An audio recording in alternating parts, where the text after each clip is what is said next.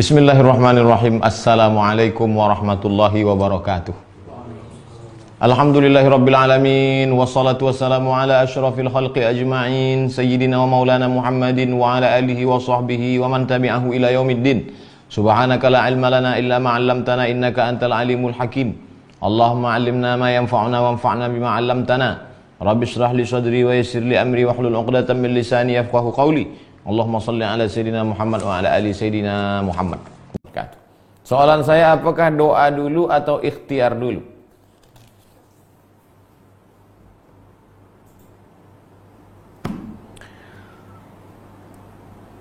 Doa itu tidak rukun, tidak syarat, tidak wajib. Nah, jadi dia tidak rukun, tidak syarat, tidak wajib. Kalau Bapak berdoa dulu, Rabbi habli minas shalihin, Rabbi habli minas shalihin, Rabbi habli minas shalihin. Kau berdoa Rabbi habli minas shalihin? Iya, udah nikah? Belum? Ya enggak apa-apa. Enggak apa-apa. Adapun orang sudah menikah baru berdoa. Nah, jadi tidak rukun, tidak syarat, tidak wajib. Kalau mau diurutkan biasanya orang usaha, sehabis usaha ikhtiar, habis ikhtiar doa, habis doa tawakal. Kalau dapat syukur, tak dapat sabar, ridha. Itu urutan yang biasa. Tapi kalau Pak Aizat mau, Encik Aizat mau ubah, berdoa dulu, habis doa baru berusaha, habis usaha baru tawakal. Nah, tak apa-apa, tak masalah. Karena bukan rukun, bukan syarat, bukan wajib. 2. Pak Rusdi. Ustaz, di medsos sedang banyak beredar tentang hadis menjelaskan suatu peristiwa yang akan terjadi jika Ramadan tahun ini pertengahannya Ramadan jatuh pada hari Jumat. Mohon penjelasannya. Buka-buka ala Republika. Saya sudah kirim ke Republika. Coba cari tulisan Ustadz Abdul Somad di Republika. Ini saya bacakannya.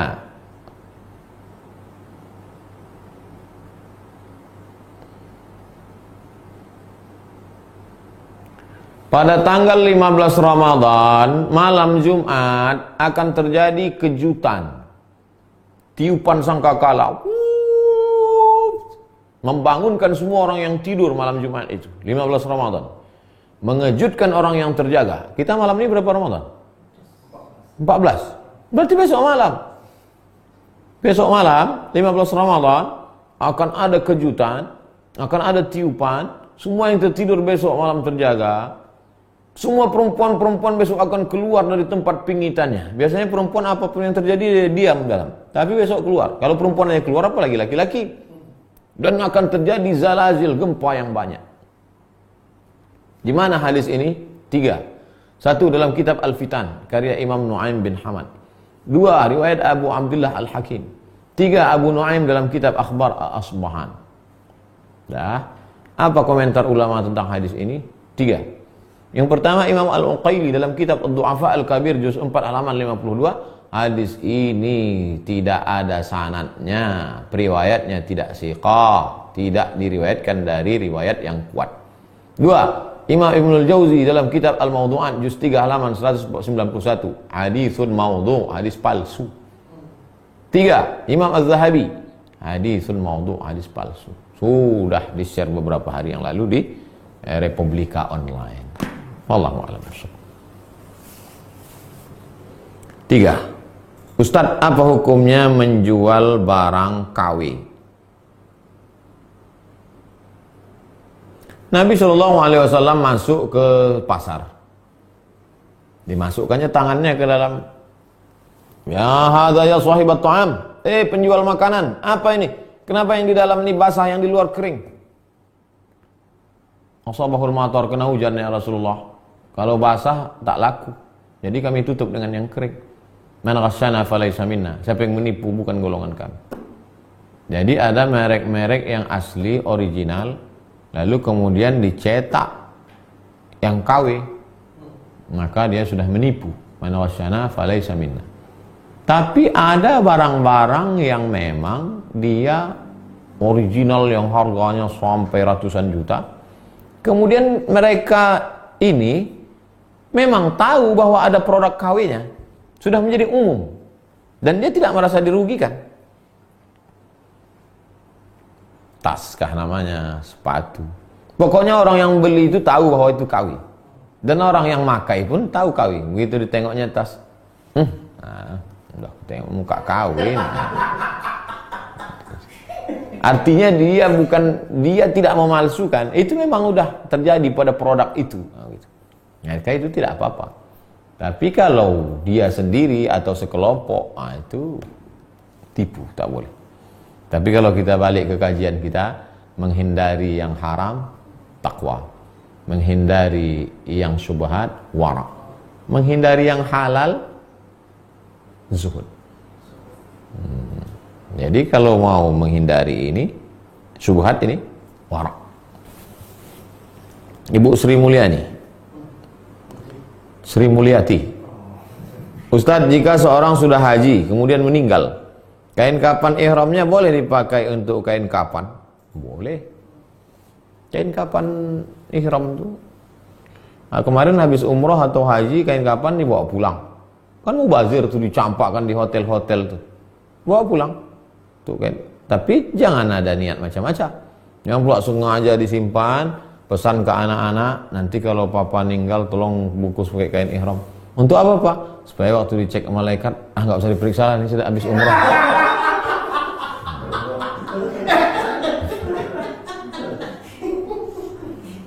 Jangan mengakal-akali malaikat.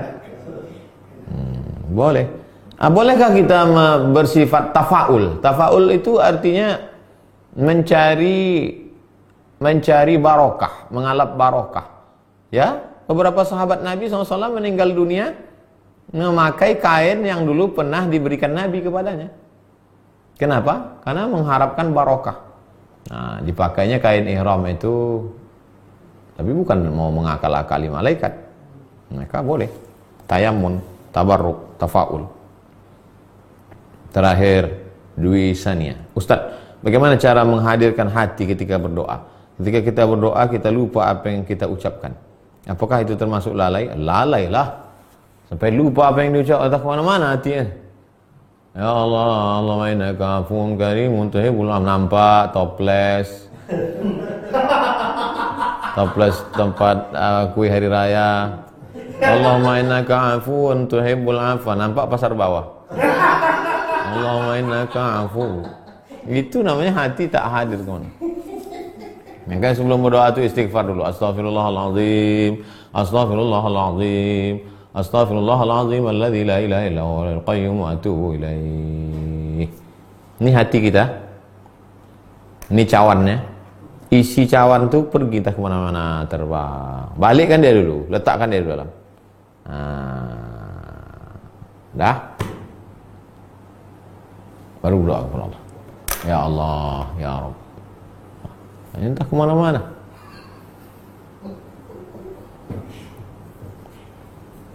Ya muqallibal qulub, engkau yang membolak-balikkan hati, sabbit qulubana, kokohkan hati kami ala dinik, dalam agamamu, wa ala ta'atik, dalam ketaatan kepadamu, ya Allah. Ya afu, Allahumma innaka afuun, engkau maaf, tuhibbul afwa, kau cinta kepada maaf, fa'fu anna, maafkanlah kami, ya Allah. Hadis riwayat Aisyah. Kalau aku berjumpa dengan Lailatul Qadar, itu apa doanya ya Rasulullah? Allahumma innaka afuun tuhibbul afwa fa'fu anna. Jangan lupa tiap malam baca Allahumma innaka afuun tuhibbul afwa fa'fu anna. Wassallallahu ala sayyidina Muhammad wa ala alihi wasallam walhamdulillahirabbil alamin. Kita tutup dengan baca kafaratul majlis. Subhanakallahumma wa bihamdika asyhadu an la ilaha illa anta. Qadar. 1. Fulanun lahu qadur. Si fulan itu punya qadar. Artinya mulia. Kalau nampak kita raja, fulanun lahu qadrun, itu orang mulia. Maka malam Lailatul Qadar artinya malam yang memiliki kemuliaan. 2. Yufraqu fihi kullu amrin hakim. Inna kulla syai'in khalaqnahu biqadar. Khalaqnahu biqadar. Qadar di sini artinya takdir. Maka pada malam itu ditetapkan takdir secara detail. Takdir secara umum sudah ditulis di Lauhul Mahfuz. Tapi secara detail per tahun malam Lailatul Qadar. 3. Qudira alaihi rizquhu fayaqulu rabbi ahanan. Qudira alaihi rizquhu. Siapa yang disempitkan rezekinya. Jadi malam Lailatul Qadar disebut dengan malam sempit. Kenapa disebut malam Qadar itu malam sempit? Kalaulah malaikat itu berbentuk fisik, turun semua malaikat malam itu, dunia ini sempit. Syukurnya malaikat itu berbentuk nur, cahaya. Sehingga kalau kita kumpulkan di ruangan ini cahaya yang 100 watt, 500 watt, dia tidak mengambil, terang benderang. Itulah maka ketika pagi, salamun hiya hatta matla'il fajr, sampai terbit fajar. Fajar itu maksudnya azan subuh. Habis azan subuh habis, terbit matahari, redup. Kenapa matahari redup? Karena cahaya malaikat yang naik. Kemarin nampak saya redup Pak Ustadz di Riau, berarti Lailatul Qadar. Enggak, itu asap. Nah, 3. 4. Kata Nabi SAW, dulu ada orang zaman Bani Israel, zaman Nabi Musa alaihi salam, 4 orang. Malamnya qiyamul lail beribadah kepada Allah, siangnya jihad fisabilillah.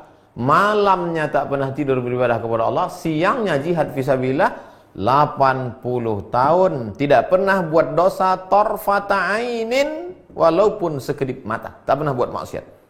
Mendengar cerita itu, sahabat semuanya menunduk, lesu. Kenapa lesu? 80 tahun tak pernah buat dosa, ibadahnya malam qiyamul lail, siang jihad. Kita umur tak sampai 80, malam tidur, siang pun tidur juga. Maka menengok sahabat lesu sedih itu, turunlah ayat, inna anzalnahu fi lailatul qadar. Kami turunkan Lailatul Qadar. Lailatul Qadri khairum min alfi syahrin. Lailatul Qadar lebih baik daripada 1000 bulan. 1000 bulan itu lebih dari 80 sekian tahun. Lebih. Tapi sebetulnya makna alfu adalah angka tertinggi dalam bahasa Arab. Alfu 1000. Makanya parfum yang paling wangi 1000 bunga kata dia, Alfu Zahra. Ada paling 2-3 helai aja yang petik. Apa ni? Alfu Zahra katanya, 1000 bunga. Makna alfu di situ artinya kalian sedih karena Bani Israel 80 tahun, kalian tak ada terhitung alfu syahr.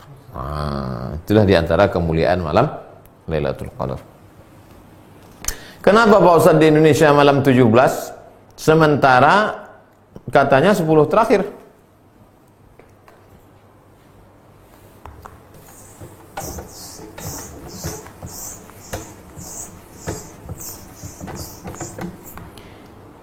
Inna anzalnahu fi lailatin mubarakah. Kami turunkan Al-Quran itu pada suatu malam yang penuh berkah. 2. Inna anzalnahu fi lailatul qadr. Kami turunkan pada malam qadar. Satu malam itu berapa? Satu tahun itu berapa malam? 360 malam. Malam yang mana? Diperkecil lagi. 360 malam diperkecil lagi. Syahrul Ramadan alladzi unzila fihi al-Qur'an. Diperkecil menjadi 30 malam. Maka tereliminasilah 330. Tinggal 30. Dari yang 30 malam itu malam yang mana? Maka buka kitab tafsir Ibnu Katsir dalam surat Al-Qadar. Ada pendapat mengatakan malam pertama, ada pendapat mengatakan malam ketiga, ada pendapat mengatakan malam kelima, ada pendapat mengatakan malam ke-9, ada pendapat mengatakan malam ke... Terus pendapat yang mengatakan malam 17, di antara yang berpegang itu adalah mazhab Syafi'i. Wa ma anzalna ala abdina yang kami turunkan wahyu pada hamba kami Muhammad sallallahu alaihi wasallam, yaumal jam'ani yaumal furqani yaumal taqal jam'an, pada malam bertemu, pada harinya ketemunya dua pasukan. Kapan ketemunya dua pasukan itu? Tanggal 17 Ramadan. Itulah dalil dia turun tanggal 17 Ramadan. Lalu yang mengatakan 10 terakhir dari hadis, taharru lailatul qadri fil ashril awakhir min Ramadan. Carilah Lailatul Qadar pada malam terakhir Ramadan. 21 ramai iktikaf masjid, 22 kosong, 23 full, 24 mall, 25 penuh, 26 sibuk pasar bawah membeli, 27 puncaknya, 28 kosong, 29 balik kampung. Datang corona, kosong semuanya.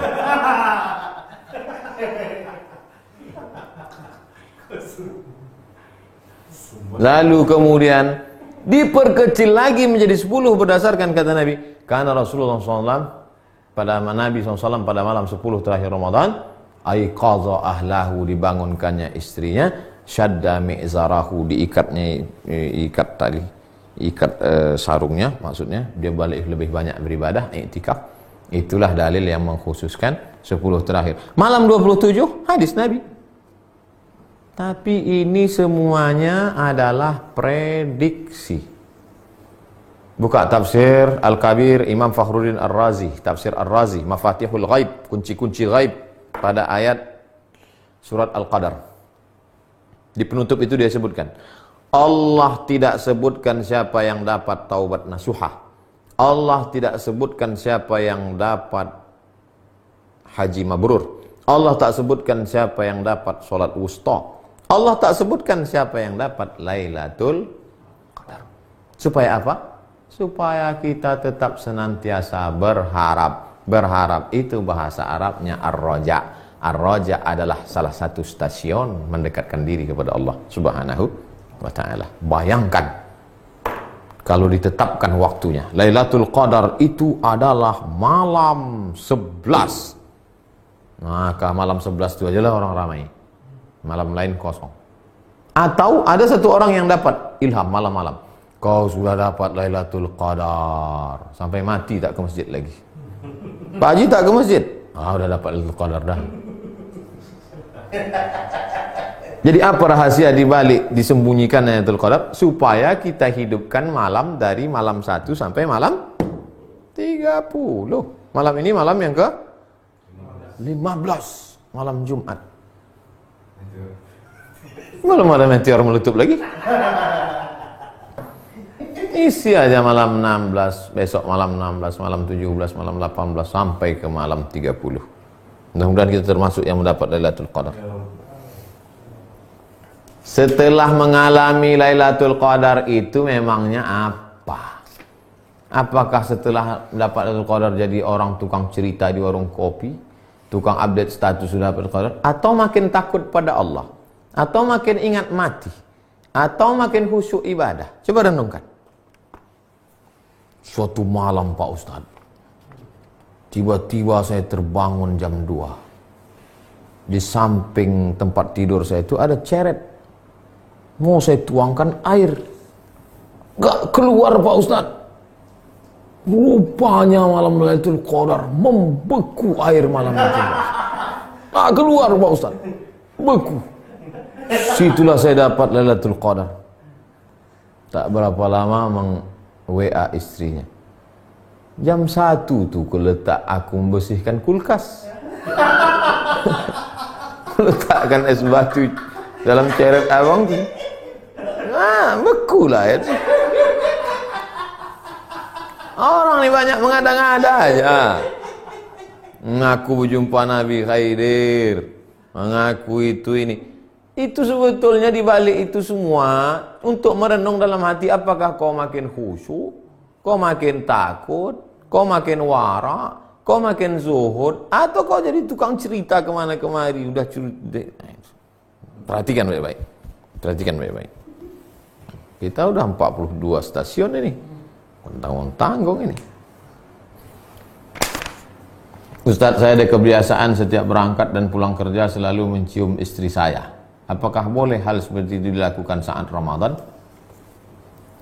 Orang yang mengatakan boleh mencium istri, dalilnya adalah hadis riwayat Aisyah, wa kana Rasulullah SAW qabbala. Nabi mencium Aisyah bulan puasa. Ulama yang mengatakan tidak, Nabi boleh, karena Nabi bisa mengontrol hawa nafsunya. Kau tak terkontrol, takut dia lepas. Apalagi akad nikahnya baru kemarin 1 Ramadan. Berapa banyak orang tak bisa menahan hawa nafsu, melakukan hubungan pada siang Ramadan itu, berpuasa 2 bulan berturut-turut, bukan tahun tanggung. Yang jalan tengah, kalau dia bisa menjaga hanya sekedar kasih sayang, boleh. Tapi kalau yang tak bisa, maka dia jaga dirinya. Itu tentang mencium istri pada bulan Ramadan. 3. Orang tua saya sudah tak kuat puasa karena sudah tua, sementara keluarga kami kurang mampu.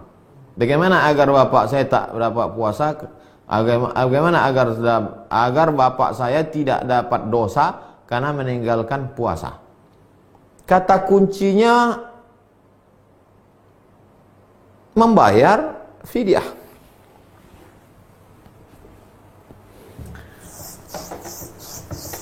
Faman kana minkum maridan, siapa yang sakit,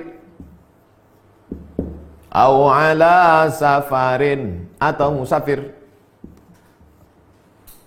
fa'iddatum min ayyamin ukhar, ganti di hari yang lain. 2. Wa 'alal ladzina yutiqunahu, bagi yang tak sanggup puasa karena tua renta atau karena sakit tak sembuh-sembuh sampai meninggal, fidyatun, bayar fidyah. Pilihannya cuma 2 aja, Bu, Pak. Pertama, ganti atau yang disebut dengan qadha, atau bayar fidyah. Bayar fidyahnya adalah 1 hari makan fakir miskin. Nah, itu tadi bapak tua. Bapak tua tak mungkin qadha, tak bisa. Nanti Syawal, Zulqa'dah, Zulhijjah dia bukan makin muda, makin tua. Makin tak bisa. Kalau begitu dia bayar fidyah. Yang jadi masalah, Pak Ustadz, kami kurang mampu. Nah, kurang mampu kalau begitu, anak-anaknya ini masuk kategori mana? Apakah anaknya ini masuk fakir? Tidak. Karena di situ mampu dia, cuman kurang mampu. Kalau begitu miskin. Apakah kami miskin, Pak Ustadz? Berapa standar hidup? Ma'ruf, urf. Tak sama standar hidup di Papua dengan di Sumatera. Sumatera pun tak sama antara Lampung dengan Riau. Seandainya Pekanbaru standar hidup, misal, sekarang berapa upah minimum regional? 2.750.000. Sementara anak si bapak ini hanya gajinya sebulan ambil upah 1 juta. Maka kalian tidak wajib membayar fidyah. Malah kalianlah yang menerima zakat fitrah. Sampai kapan nih Pak Ustadz? Sekarang kau cuma dapat gaji 1 juta. Ya, maka kau tak bayar fidyah bapakmu, malah kaulah yang menerima zakat fitrah. Akhirnya orang pun membayar zakat fitrah lah. Mulai besok 15, 16, 17 membayar zakat fitrah kepada engkau. Pas hari Kamis, tanggal 23 nanti hari apa? 23 Mei.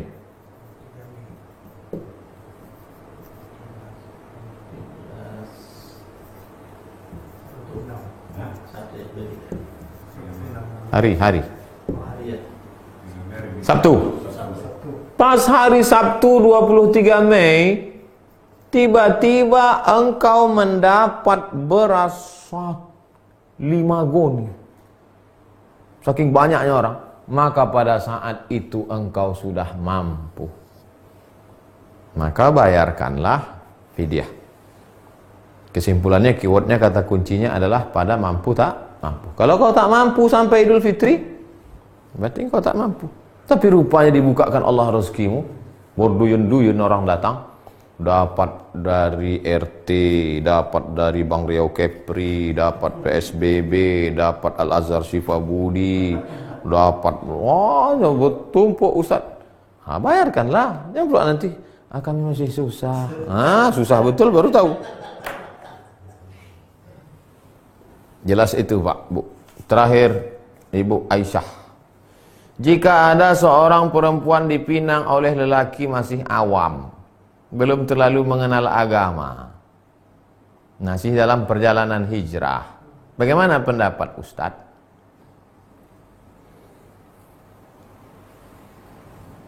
Ma khaba man istakhara wa ma nadima man istasyara. Tak sia-sia orang yang mau istikharah, dan tidak akan rugi orang yang mau minta pendapat orang lain. Coba telusuri lagi orang ini. Ada TV orang ini tahu, dan dia tahu bahwa diri dia tahu. Ikuti dia, berarti dia orang berilmu. Dua, dia tak tahu bahwa diri dia tahu. Sebetulnya dia berilmu, tapi dia tak tahu bahwa diri dia tahu. Dia seperti orang yang tidur, bangunkan dia. Tiga, dia tahu bahwa dirinya tak tahu. Sadar dia bahwa dia orang tak tahu, dan dia mau belajar.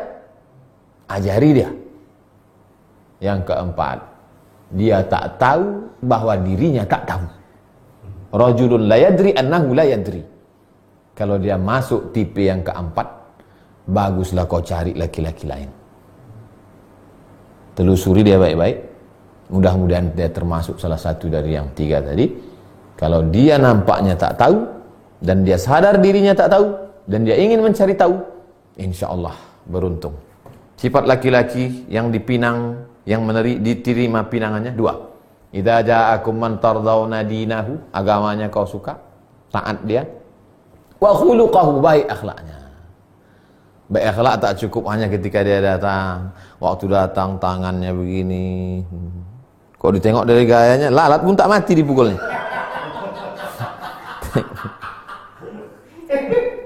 Tapi tanya juga kawan-kawan dia. Karena ada kawan dia sekolah tanya, kau kenal sama si ini? Yang FB-nya itu, di update-nya itu ceramah Ustaz Somad aja terus. Oh, itu memang baik itu. Baik, bukan main baik. Kalau sama itu terimalah katanya. Mudah-mudahan dipertemukan Allah. Terima kasih jamaah yang dimuliakan Allah. Besok kita ketemu lagi dalam hati yang suci. Kita tutup malam ini dengan baca kafarat. Enggak, ada juga arisan keluarga. Ada Ustaz menyampaikan kalau arisan itu sedang mengajarkan berutang. Mohon penjelasannya Pak Ustaz.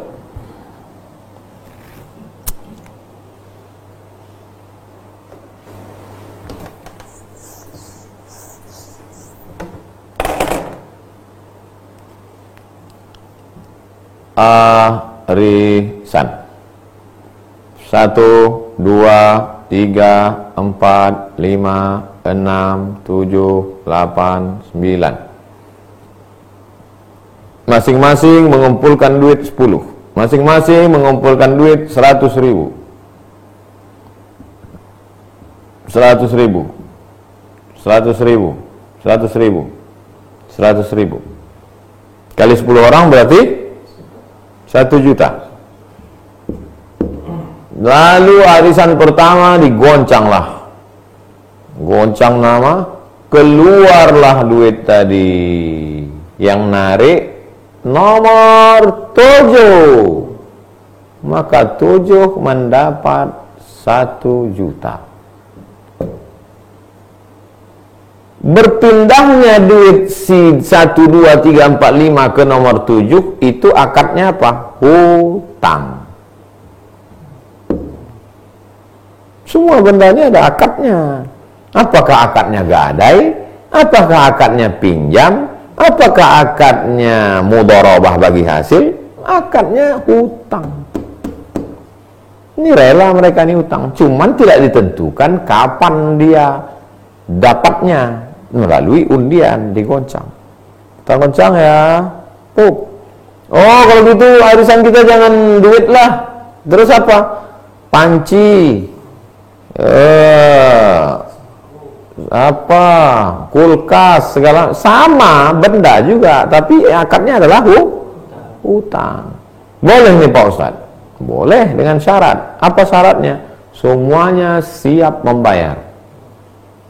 Jangan sampai dapat nomor 7 habis itu tak datang lagi. Mana nomor 7? Entah, hilang. Berarti dia hanya ikut sekali. Berarti berapa utang dia? 900.000. 900.000 tak bayar. Apalagi benda-benda diutang buat rice cooker, sekali tak bayar, cabut, pindah. Makan haram, makan tempat masak haram. Nauzubillah. Begitu akadnya. Akadnya adalah akad utang. Dari Pak Zatil Husni. Ustadz, jika seseorang janda paruh baya tanpa anak, kemudian sulit menemukan imam baru, lalu dia memutuskan untuk tidak menikah lagi, apakah termasuk putus asa dari rahmat Allah? Masalah memutuskan itu bukan kita, maka dia keliru memutuskan hidup. Ini putus asa ini. Mestinya kalau dia payah tak dapat, doanya, ya Allah, kuserahkan apa yang terbaik menurut Engkau. Begitu. Jadi kok kuputuskan tidak lagi. Tiba-tiba nanti habis lockdown nih, habis social distancing nih, datang pangeran. Menyesal. Kenapa terlalu cepat memutuskan? Jangan pernah putus asa dari harapan. Jangan putus harap. 3, Ibu Eros Maya. Ustadz, bagaimana jika kita memisahkan antara membenci individu? Bagaimana kita memisahkan membenci individu dengan perbuatannya? Kalau perbuatan buruknya sudah selesai, maka kita tetap bisa menjalin hubungan baik, silaturahim. Sebagaimana Nabi bisa berhubungan baik dengan Abu Sufyan. Abu Sufyan itulah yang membawakan pasukan beribu-ribu dari kota Makkah untuk menyerang Nabi di kota Madinah. 3.000 pasukan.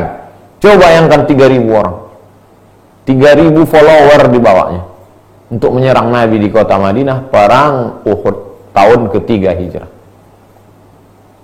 Tapi tahun ke-8 waktu Nabi masuk ke kota Makkah, ada Nabi benci kepada Abu Sufyan? Tidak, karena Abu Sufyan sudah hilang dari perbuatan jeleknya. Man dakhala baita Abi Sufyan fahuwa amin. Siapa yang masuk ke rumah Abu Sufyan aman, tak diganggu.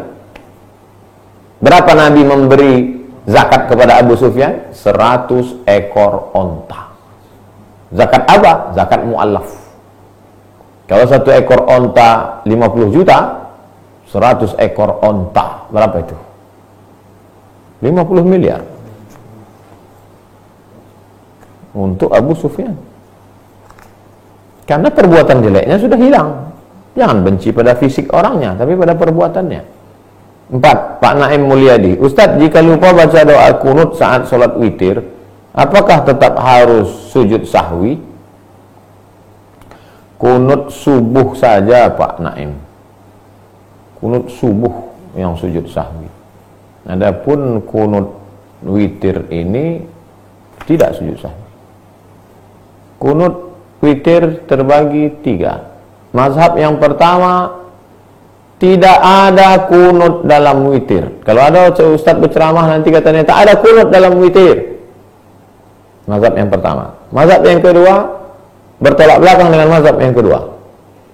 Kunut dalam witir sepanjang tahun, tidak hanya di Ramadan.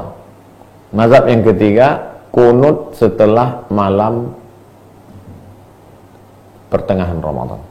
Saya ulang sekali lagi, tidak ada kunut sama sekali, baik dalam Ramadan maupun di luar Ramadan. 2, kunut baik dalam Ramadan maupun di luar Ramadan. Dari awal Ramadan dia sudah baca kunut witir. 3 dari pertengahan. Mazhab Syafi'i yang diriwayatkan dari Ubay bin Ka'ab. Ubay bin Ka'ab ketika jadi imam tarawih baca kunutnya setelah malam pertengahan, malam ke-15. 5 Pak Rizki Aulia. Apa perbedaan antara adab dengan akhlak?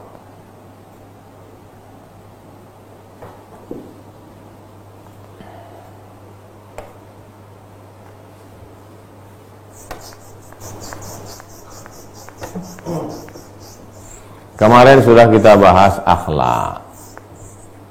Sekarang kenapa dibahas adab lagi? Di mana posisinya? Akhlak di bawah. Kalau hitungannya ke atas, akhlak di bawah. Habis akhlak, adab.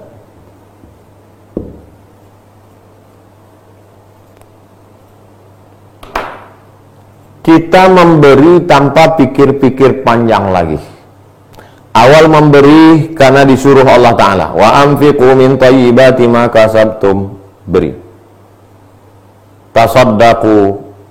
Beri. Saking seringnya memberi, beri. Begitu nampak orang susah, tanpa pikir-pikir, automatically langsung memberi. Itu namanya akhlak.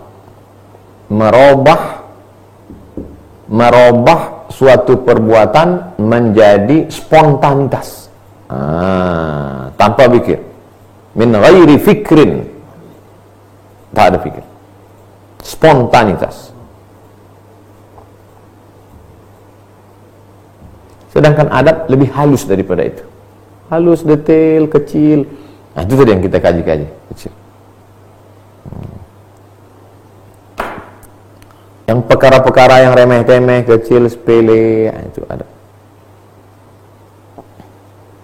Nunjukkan HP baru harga 20 juta pada kawan yang HP-nya diikat pakai karet. Itu ada. Itu ada. Bawa mobil baru yang mewah ke rumah kawan yang masih ngontrak. Nah, itu ada. Terasa tak di sini? Apalagi sampai nulis depan rumahnya, rumah orang miskin.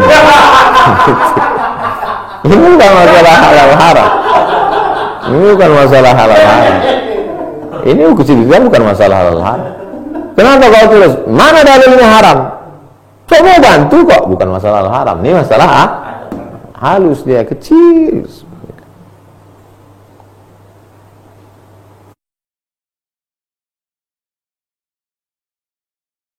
Menikah. Adab.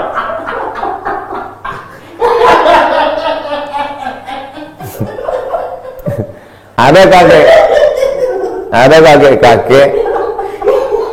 kakek-kakek umur 80 tahun. Ada kakek-kakek umur 80 tahun nanya anak muda. Anak muda, kau umurnya berapa? 30, kata anak muda. Hah?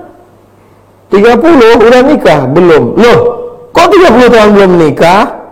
Anak muda itu tanya balik, kakek umur berapa? 80. Kok umur 80 belum mati?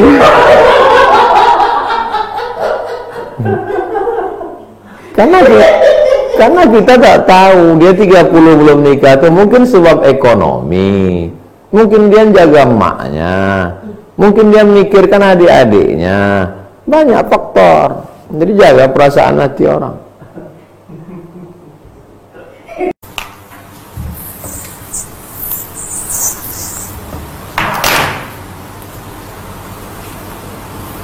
Hijrah. Siapa itu hijrah? Man hajara. Manahallahu anhu. Hajara artinya meninggalkan. Hijrah artinya meninggalkan yang dilarang Allah SWT. La hijrata ba'dal fath. Dulu ada Makkah, ada Madinah. Madinah disebut Darussalam, negeri Islam. Sedangkan Makkah disebut Darul Kufr, negeri kafir, karena di situ ada Abu Jahal, Abu Lahab.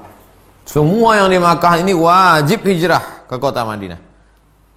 Tapi begitu terjadi pembebasan kota Makkah tahun 8 Hijrah, la hijrata ba'dal fath. Tidak ada lagi hijrah.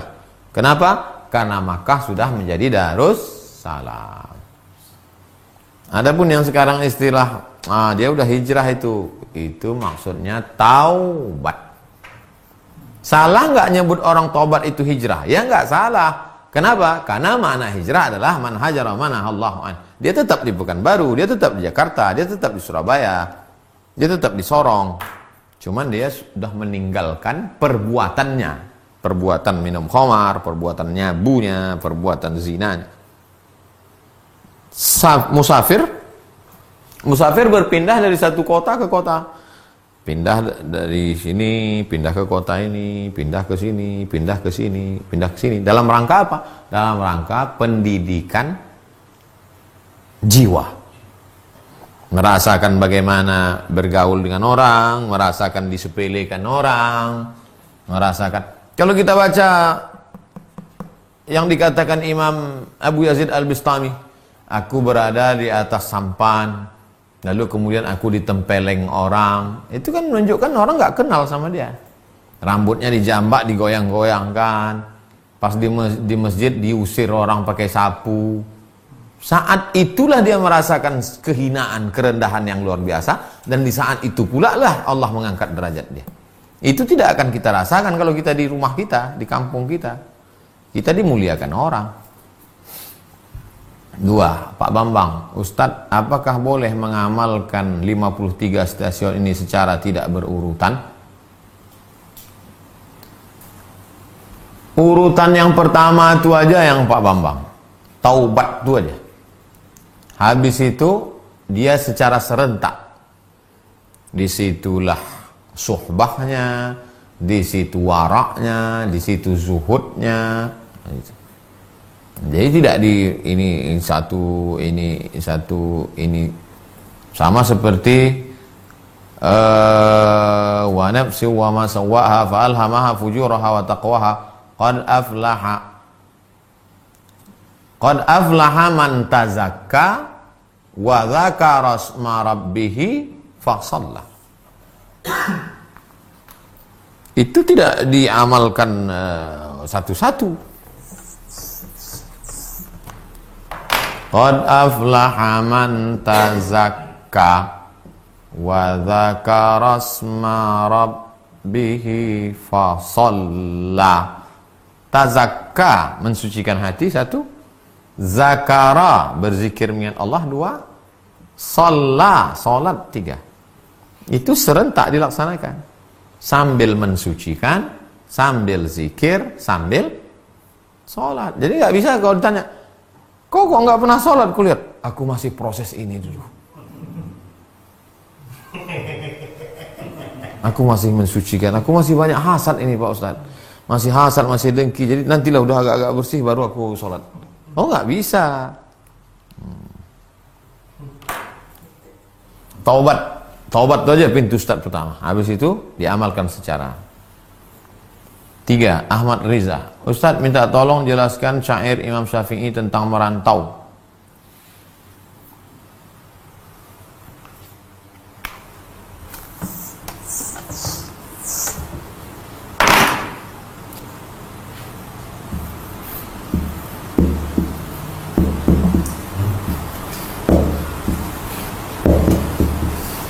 Safir, merantaulah engkau.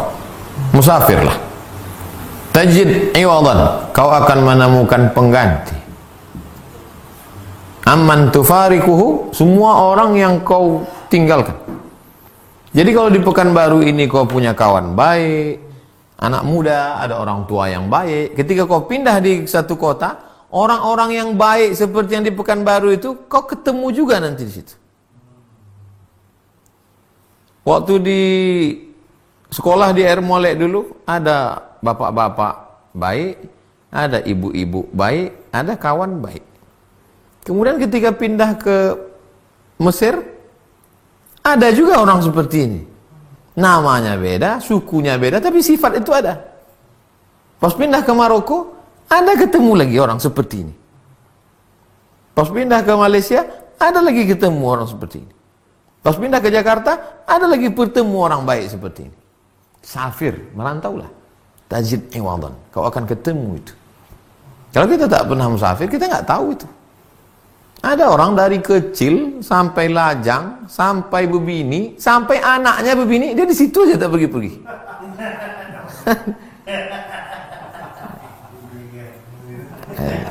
Dia tak merasakan itu. Tak merasakan itu susahnya bagaimana dipukul ombak, diempas gelombang di atas kapal Wadi Nil. Tak merasakan dia bagaimana diusir. Tak merasakan dia bagaimana tugas menyambut jamaah haji, menunggu di pintu airport untuk membawa jamaah haji itu kan kalau tak ditunggu di pintu airport tuh nyasar-nyasar di entah kemana-mana, gabung sama Pakistan sama Bangladesh yang kita bawa bawa bendera. Pak, jamaah Indonesia nih, belum lagi dia keluar udah ditariknya kerah kita. Mana koperku?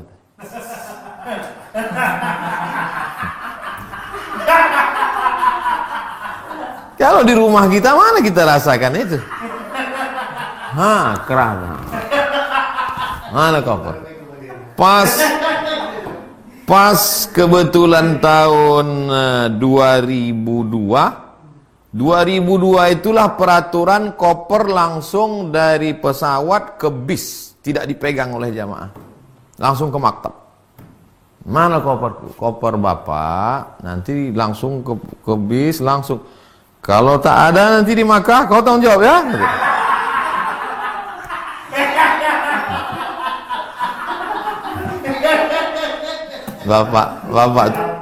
Bapak itu tak ingat, tapi saya ingat.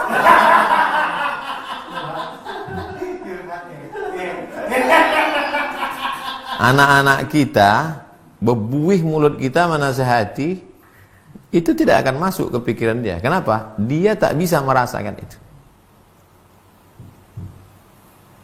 Sayanglah kau sama ayah, sayanglah kau sama emak, sayanglah sama ini. Nanti kalau kau berpisah jauh, kau rindu. Tak bisa dia rasakan itu. Tapi begitu kita sekolahkan dia ke Jawa, sekolahkan dia ke Mesir, setahun, 2 tahun dia tak jumpa, balik dia, barulah dipeluknya peran. Oma, ayah, kenapa? Rasa yang tak bisa diwakili oleh kata. Kenapalah anak saya ini Pak Ustaz, bebuih mulut saya menasihatinya. Mana bisa? Tak masuk itu. Suruh dia safir, pergi ke sekolah. Kirim dia ke Gontor sana.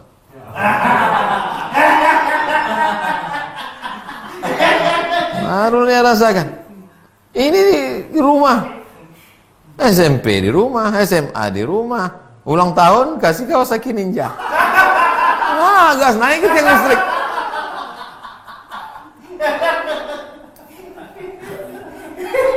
Tidak mendidik itu. Kalau mau mendidik anak itu, suruh dia sekolah jauh-jauh. Suruh dia musafir. Ustadz, apa hukum memelihara burung walet? Sarangnya kan dari kumpulan tetesan air liur walet. Sarangnya itu kita jual. Apakah air liur walet itu halal?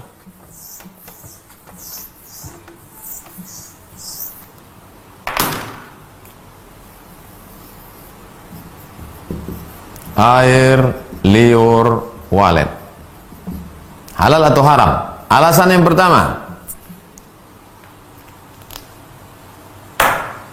at-tawafun, hewan yang lalu lalang. Tawafun, hewan yang lalu lalang, maksudnya kucing.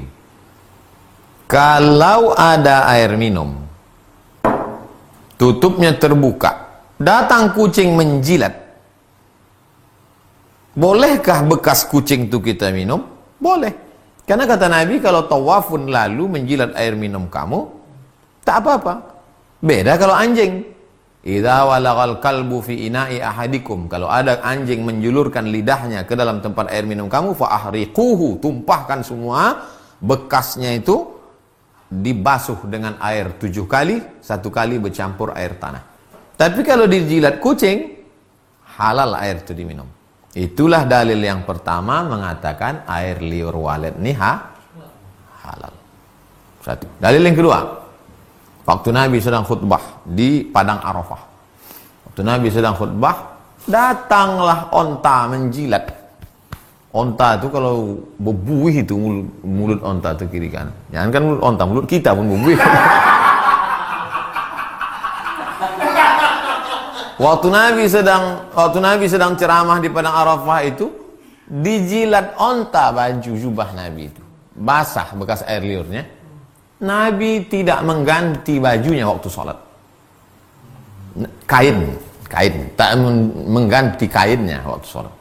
Itu menunjukkan air liur onta tidak najis, halal. Ini dalil air liur walet itu halal. Dipakai kias. Itulah dalil orang yang menjual air liur walet. Tapi ada ustaz kami mengatakan air liur walet itu haram, Pak Ustaz. Yang mengatakan air liur walet haram itu bukan najis. Ada najis, ada mutanajis. Najis itu asli najis. Najis asli.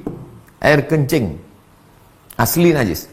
Ada mutanajis. Mutanajis itu artinya apa? Menjadi najis.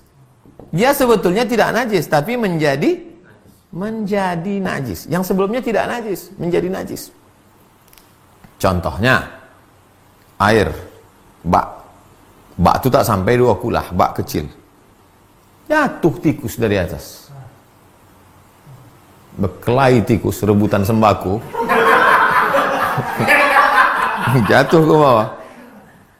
Jatuh, mati.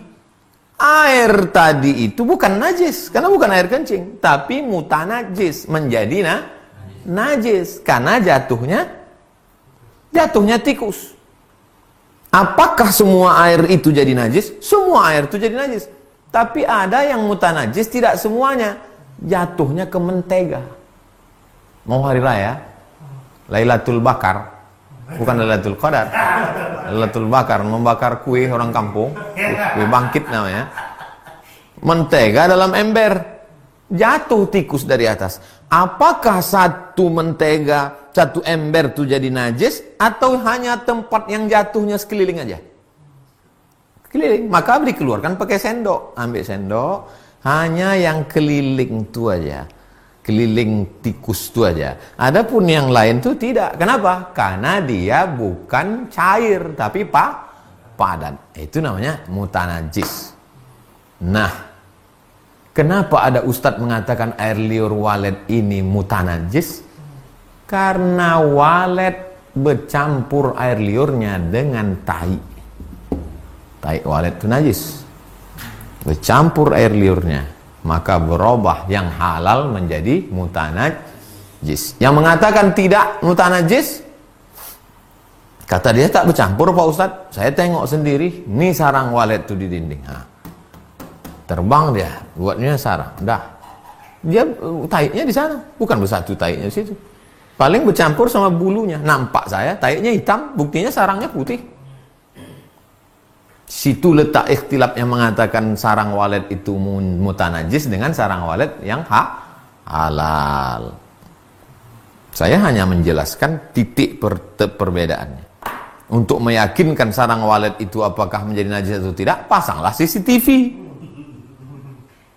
Tengok, betul tak walet itu tak buang air di situ? Dah jelas. 5. Fitri. Ustadz, apa dalil zakat fitrah dengan uang? Dan bagaimana jika panitia zakat jual beras di masjid? Jamaah beli dulu. 2 pertanyaan Fitri. Kembali ke Fitri.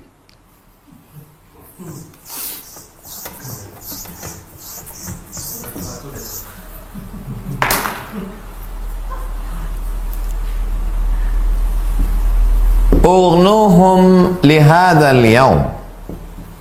Hadis Nabi.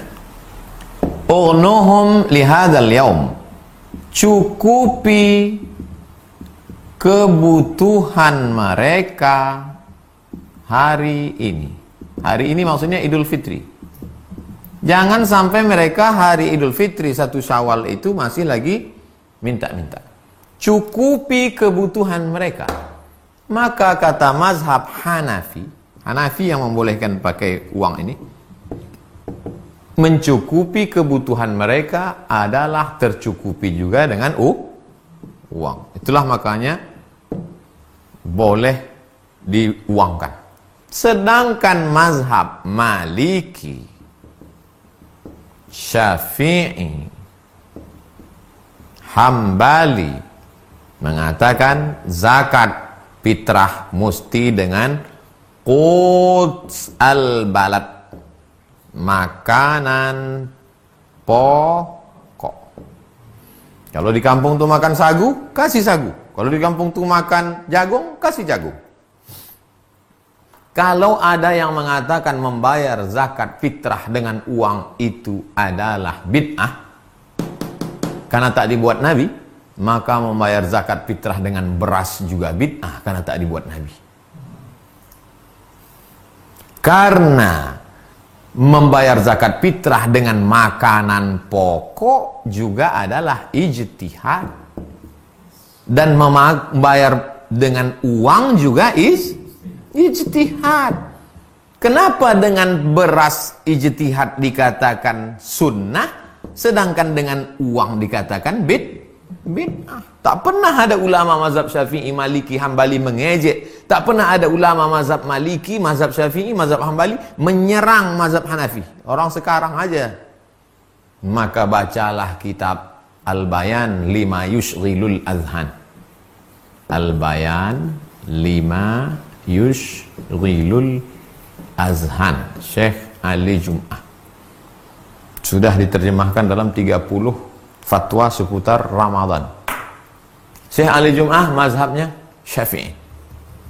Tapi dalam masalah zakat fitrah, beliau lebih condong untuk membayar dengan uang. Kenapa? Zaman dulu orang pakai barter. Orang zaman dulu pakai barter. Jadi kalau saya fakir miskin, lalu saya dapat beras, dapat gandum, dapat beras, dapat beras, dapat beras. Beras saya yang banyak tadi bisa saya bawa ke pasar untuk ditukarkan dengan kain. Bisa ditukar dengan buah, karena dulu barter. Barter barang dengan barang, atau dengan emas, itulah dinar, atau dengan perak, itulah dirham. Sekarang, kalau kita kasih fakir miskin beras sampai 3 goni, bisa dibarternya beras itu? Tidak. Beras itu tetap dibawanya ke warung, dijualnya untuk dapat duit. Makanya jangan salahkan orang sekarang bayar pakai duit. Karena dibayar pakai beras pun nanti beras itu tetap juga dijualnya lagi, karena besok pagi dia mau beli ayam, mau beli ikan. Zaman dulu bisa gandum itu dibarter dengan ayam. Sekarang bawalah beras itu barter ke ayam. Mana mau tukang ayam? Tetap juga beras itu nanti dijualnya lagi ke toko, mau dapatkan duit. Itu alasan Syekh Ali Jum'ah tentang membayar pakai uang. Tapi saya pribadi, dari sejak pulang dari Maroko tahun 2008 sampai tahun ini, tidak pernah bayar zakat fitrah pakai uang, pakai beras. Tapi saya tak pernah membid'ahkan, menyalahkan orang yang pakai uang. Lalu Ustaz sendiri bagaimana bayar zakat fitrah? Beli beras yang paling enak, dimasukkan ke plastik 3 kilo, plastik hitam 3 kilo. Plastik putih boleh Pak Ustaz? Boleh. 3 kilo, serahkan. Begitu saya bayar zakat fitrah. Kau mau bayar pakai uang, bayar pakai uang. Tapi berat berasnya menurut hitungan mazhab Hanafi. Berapa berat menurut mazhab Hanafi? 3, sekian. Lupa saya 3, berapa. Kalau kau mau bayar pakai beras, kalau kau mau bayar pakai beras, makanan pokok, ikutlah berat menurut mazhab Syafi'i. Ada yang menyebut 2,5, ada yang menyebut 2,7, ada yang menyebut 3, pakai pertengah 27. Saya ulang sekali lagi, kalau mau pakai uang ikut berat menurut mazhab Hanafi, kalau mau beras ikut berat menurut mazhab Syafi'i. Jangan kau bayar pakai uang, beratnya Syafi'i. 2,7 nih kau uangkan. Itu berarti talfiknya campur aduk. Beratnya berat Syafi'i, tapi duitnya duit Hanafi. Pusing saya Pak Ustadz. Berarti belum cukup buka puasa tadi. Atau kelebihan kolak.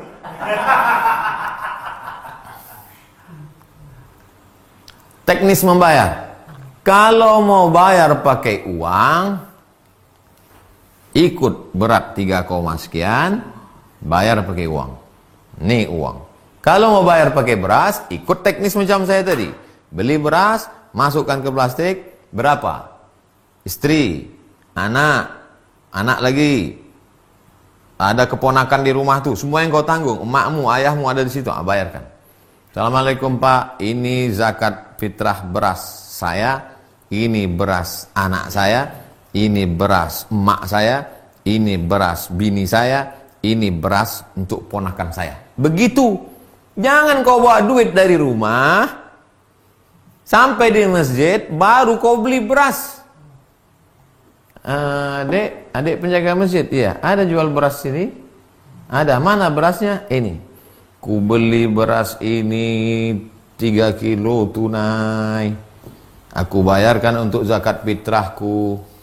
Udah ya? Ya. Ku beli lagi.